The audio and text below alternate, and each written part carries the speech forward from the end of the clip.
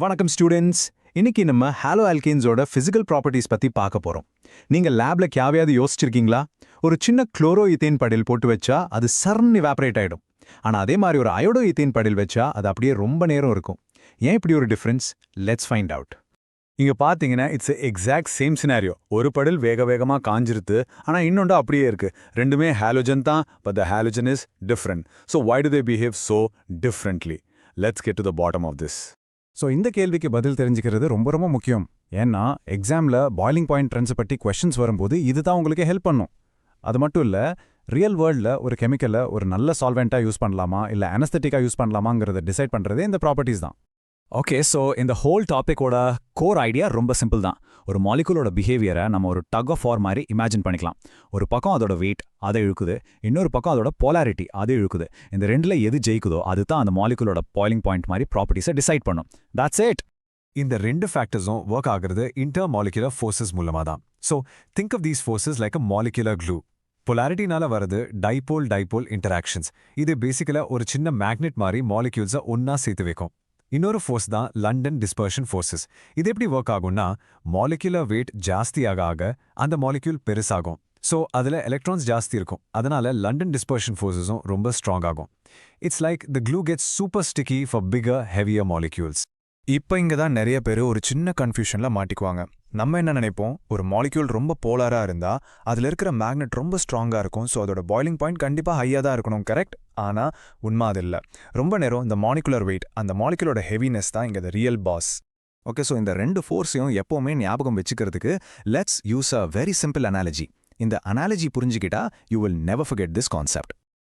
Right, ஒரு பெரிய music concert க்ரௌடை imagine பண்ணிக்கோங்க. அங்கே இருக்கிற பீப்புள் தான் நம்ம மாலிக்யூல்ஸ். அவங்களோட வெயிட்டு, யார் குண்டா இருக்கா யார் ஒல்லியா இருக்காங்கிறது தான் மாலிகுலர் வெயிட். இப்போது அவங்க எல்லாரும் ஒரு மேக்னெட்டிக் பேட்ச் போட்டிருக்காங்கன்னு வச்சுக்கலாம். இதுதான் பொலாரிட்டி. ஸோ பாய்லிங் பாயிண்ட்னா என்ன? அந்த கூட்டத்தை கலைக்கிறதுக்கு தேவையான எனர்ஜி, த ஹீட் தான் பாய்லிங் பாயிண்ட். சிம்பிள் லாஜிக் இல்லையா? க்ரௌடில் ரொம்ப குண்டான ஆளுங்க இருந்தால் அவங்கள தள்ளி விடுறது கஷ்டம். அதே மாதிரி அவங்க போட்டிருக்கிற மேக்னெட்டிக் பேட்சஸ் ரொம்ப ஸ்ட்ராங்காக இருந்தால் அவங்க ஒன்னோட ஒன்று ஒட்டிக்கிட்டு நிற்பாங்க. அப்போவும் அவங்கள பிரிக்கிறது கஷ்டம். So, higher molecular weight or higher polarity means you need more energy to break them apart. And that means a higher boiling point. So இந்த கான்செப்ட் ஏன் கெமிஸ்ட்க்கு இவ்ளோ முக்கியம்? பிகாஸ் இது அவங்களுக்கு ஒரு சூப்பர் பவர் மாதிரி, த பவர் டு ப்ரெடிக்ட். ஒரு particular யூஸ்க்கு, ஃபார் எக்ஸாம்பிள் ஒரு நல்ல அனஸ்தட்டிக் வேணும்னா அவங்க thousands ஆஃப் கெமிக்கல்ஸை டெஸ்ட் பண்ணி பார்க்க தேவையில்ல. இந்த ரூல்ஸ் வச்சே a compound with the right properties அவங்களால கரெக்டாக கெஸ் பண்ண முடியும். It saves so much time and effort. Okay, so இது just textbook theory மட்டும் இல்லை. Let's see how this simple idea of weight versus polarity actually helped us solve a massive planetary level problem. This is a great story. ஃப்ரிட்ஜில் use பண்ணினா CFCs பற்றி நம்ம எல்லாரும் கேள்விப்பட்டிருப்போம். Specifically CFC12. அது ஏன் அந்த காலத்தில் ஒரு பர்ஃபெக்ட் ரெஃப்ரிஜரண்ட்டாக இருந்துச்சுன்னா அதோட பாய்லிங் பாயிண்ட் தான் காரணம். It was -29.8 degree Celsius. So room டெம்பரேச்சரில் அது கேஸாக இருக்கும், ஆனால் கொஞ்சம் ப்ரெஷர் அப்ளை பண்ணால் லிக்விட் ஆகிடும். இது ரெஃப்ரிஜரேஷன் சைக்கிளுக்கு பர்ஃபெக்டாக செட் ஆச்சு. ஆனால் பிரச்சனை என்னன்னா, அதுலேருந்து ரிலீஸ் ஆன குளோரின் ஆட்டம்ஸ் நம்ம ஓசோன் லேயரை காலி பண்ணிடுச்சு. So we needed a replacement urgently. Scientists அவங்களோட physical properties understanding-ஐ யூஸ் பண்ணி HFC 134a ஒன்னு டெவலப் பண்ணாங்க. Now, just look at its boiling point, -26.1 degrees Celsius. Wow, it's almost the exact same as CFC12. This was the breakthrough. அதனால இருக்கிற ரெஃப்ரிஜரேட்டர்ஸ்லயே இதை use பண்ண முடிஞ்சது. No need to redesign everything. And the most important part, இதுல chlorine கிடையாது. So it's ozone safe. பாத்தீங்களா? Understanding boiling points helped save the planet. Now, let's come back to our puzzle. Inga pathina, fluoroethane is highly polar, ana iodoethane is not very polar. So, ninga en expect panvinga, fluoroethane with the stronger magnet should have a higher boiling point, right? But just look at the actual boiling points. And here is the punchline. Fluoroethane boiling point is -37 degrees and iodoethane boiling point is +72 degrees. Yenna or period difference. Yen padi? Because in this particular tug of war, weight wins. The iodine atom is a super heavyweight champion compared to the tiny fluorine atom.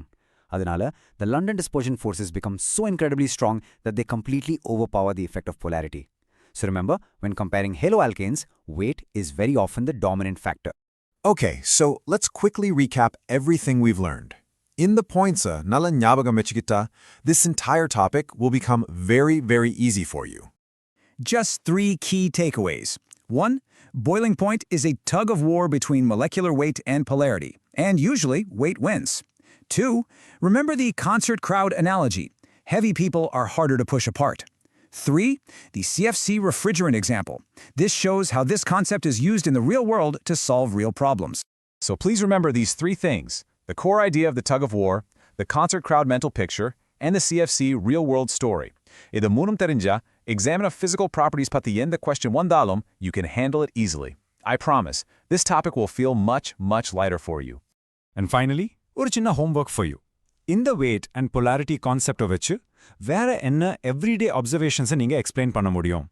For example, ஏன் ஆயிலும் வாட்டரும் எப்பவுமே mix ஆகிறதில்ல? Think about it using these same ideas. நம்ம அடுத்த டாபிக்ல சந்திப்போம். வணக்கம்.